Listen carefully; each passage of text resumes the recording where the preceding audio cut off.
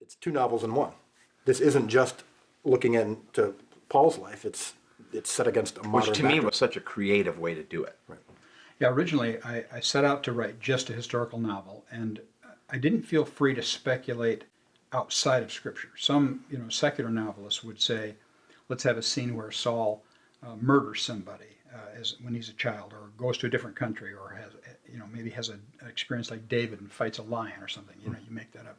I didn't feel free to do that because it's not in Scripture. So I'm taking stuff that's suggested in Scripture, or there's a plot on his life, or he studies under Gamaliel. We know that's true.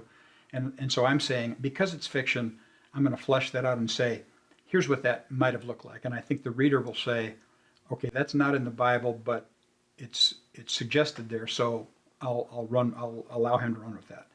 Well, I'm maybe 30% of the way through the writing of a historical novel, and the publisher says, how would you feel if we got this famous editor out of New York to work with you?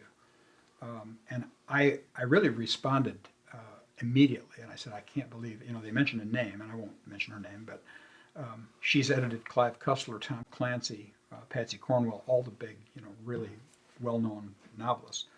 And one of the problems I've had, because I've been successful in the Christian market, is that sometimes I'll get editors who are intimidated by me. And I teach writers, and I say, every good piece of writing is not a solo, it's a duet between you and your editor. And I've longed to have an editor that'll hold my feet to the fire and teach me as I go and everything. But usually they just clean up a little bit of stuff, and they figure, I'm as good a writer as they are an editor, so, give me a She's going to pressure. hold you, she's going to hold She your feet will. to the fire. And right? and so she read the first part. She said, if you want, and she was Not a believer. not a believer, and she said, if you want this to cross over to the general market the way Left Behind did, and she was a big Left Behind fan, she said, you need the modern day story with it. And she said, you need to layer in a modern day story. And it just resonated with me. I thought, I felt like I had something special with the historical novel, but it truly was for the church. I mean, this is something that would be appreciated by my fans, but my Christian fans.